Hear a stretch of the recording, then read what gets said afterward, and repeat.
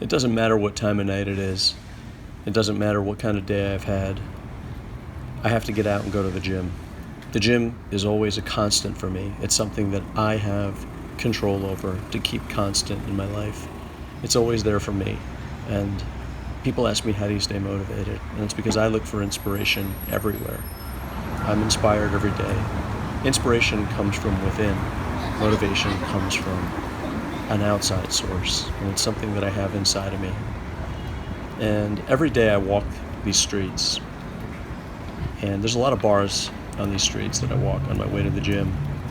I see the same guys sitting outside year after year, day after day. And a couple of guys actually had the nerve to say, after seeing me for about a year going to the gym back and forth, they see me going and they see me coming back. Hey man, you on steroids? And that's just what people think automatically, because if they had just added up the amount of hours they spent drinking and went to the gym, they would see that you could achieve remarkable results. It's just where you decide to put your focus. And so I'm inspired all the time to go, to challenge myself. And there's something about New York City that brings out the best in me. I see people doing their best, achieving and accomplishing a lot of things in this city, and I want to do the same.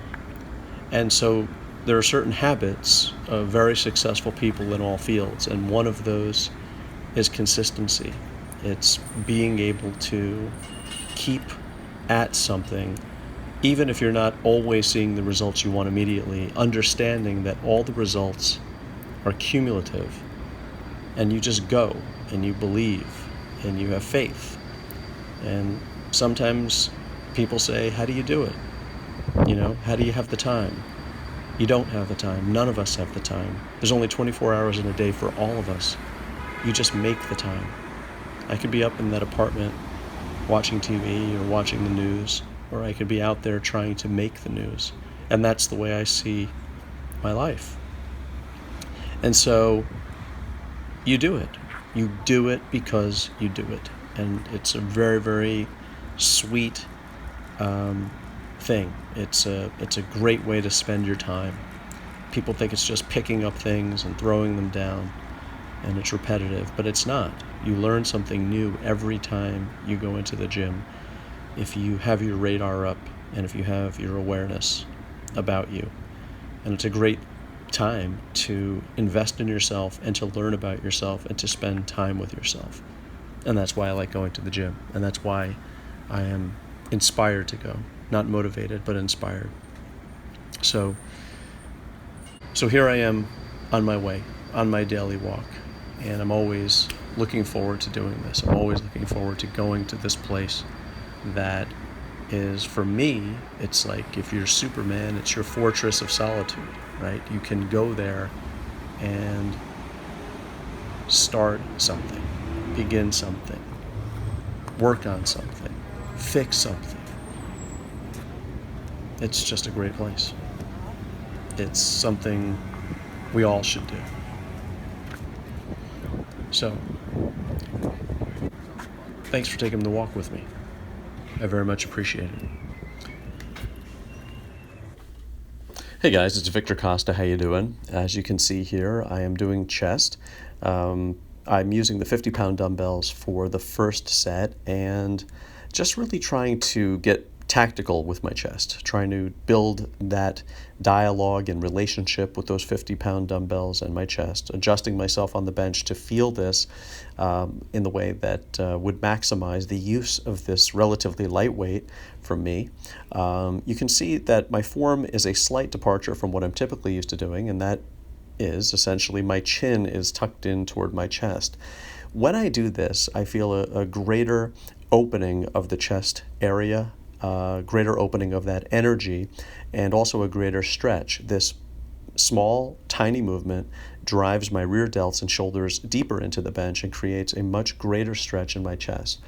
I wouldn't recommend it if you have any neck problems, but if it is something that you'd like to experiment with, you can certainly give it a try. And, anatomically speaking, if you draw a straight line with my spine, you can see it's almost as if I'm standing up, right? If I were standing, my head wouldn't be back. It would be sort of in that more erect position or off of the bench, right? If I put my head back on the bench, you'll see that there would be a curve in my neck. So for me, this is comfortable, especially to kind of play around with the light weight and just build that connection and that dialogue with my chest.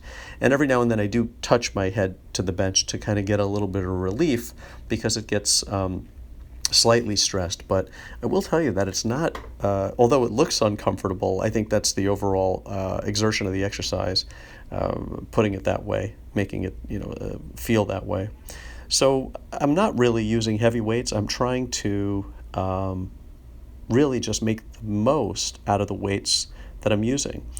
When I go a little bit lighter with dumbbells, 50s, 60s, 70s, that's when I really feel it most in my chest, when I'm able to concentrate on that aspect of the repetition, when I'm able to sort of choreograph how I want the weights to move.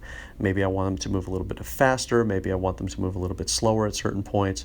But when the weight's super heavy, I really don't have that choice. Essentially, when the weights are really heavy, you're just trying to get them up, and you have less ability to design the repetition, if you will, along the way.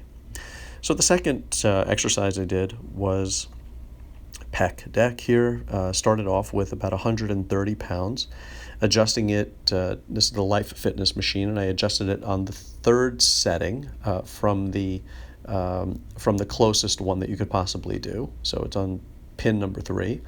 And I really like to do this at a moderate pace, not very quickly. I like to keep my hands actually relatively relaxed throughout this entire exercise so that I'm not picking up all of the energy into my hands.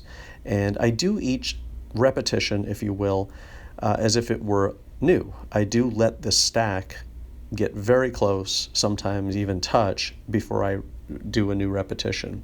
And that ensures that I'm getting full repetitions, but it also turns this exercise into somewhat of a dead lift.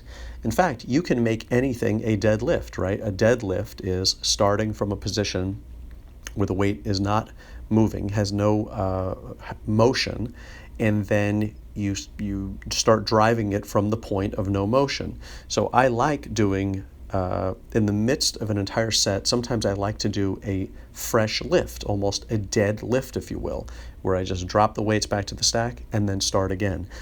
It's funny, when your first repetition, when you bring the weights off of a stack or a bench, that there is something to be said for that movement itself, of just grabbing the weights and starting the exercise. I like that position. I like the idea of that feeling as compared to just let me start doing some reps. I like the sense of bringing the weights from the resting position, they're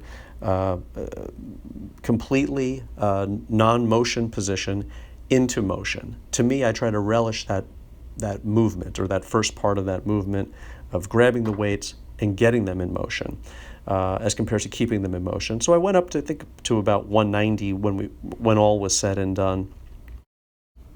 So here's a bit of a different view, just head on here. And I continued, like I said, up to about 190 pounds. And of course, when I go up in the weight, sometimes there is a little bit of a give up in terms of some elements of the form. But I try my best to maintain the same form, even if the weight is heavier. And like I said, you can probably see here that I'm letting this stack go all the way back to the resting point and then starting again. And like I said, I love that feeling. There's something to be said for that aspect of the movement, that first touch of the weights, letting that movement have some value as compared to, or letting that part of the movement have some value as compared to just getting those weights in motion. So I like to work during my sets. I don't like any of the repetitions to be a breeze. I don't like to leave any energy out either. If you will, I do go to failure on just about every set And failure for me, like I think I've mentioned this in the past, doesn't mean heart failure, right? It means the body positions that I'm really focused on are starting to give out, but I still have energy in my body that I could accomplish a different task if it were for a different set of body parts. So I could potentially run to another exercise and superset that. I don't like to train to where I'm completely exhausted. I like to leave some energy left because, of course, this isn't the last activity I'm going to do for the day. Even if I go home in the evening, I still might like to work on the computer or read or answer some emails or something like that. So I do leave a little bit on the table so I don't go all the way, like I said, to complete exhaustion or failure. The body parts fail, but the rest of the unit is intact, so to speak. So it's just a little bit more of the same. You can see I probably just kept this video on a loop, and I did about 4 sets, and I do about 3 to 4 sets of every movement. I like to have a complete, I don't like to do one set and then move to another exercise. I like to work a vector of the body or a line of the body fully before I move on. You know, I have this thing with, I can't just eat like 2 almonds. I need to eat an entire serving of almonds. I like to have everything complete, just like I like to have a complete set. I like to have a complete serving of something and not little bits and pieces of things. And I think I've mentioned this to you guys, that I knew somebody who kept adjusting the seat on this exercise. And he would do 10 repetitions at one vector, drop the seat, do 10 repetitions at the next, and then drop the seat again and do 10 repetitions at the next. And he thought, that's great, I'm working my entire chest. But, you know, that was almost the equivalent of doing a lot of work but not working anything at the same time. So for me, and what I recommend for people, it's to work a vector of the body fully. Pick a line of the body, meaning an area of the body, and do your 3 or 4 sets as compared to just moving that line around set by set by set by set. So like I said, I think that that's the equivalent of sort of working all the time but not having any productive work done at all. It may be good for an overall workout, but certainly not for a bodybuilding workout. So I hope you guys enjoyed the video. I wish you guys all the best, as usual, in good health, peace, love, and muscles. Be well. Bye-bye.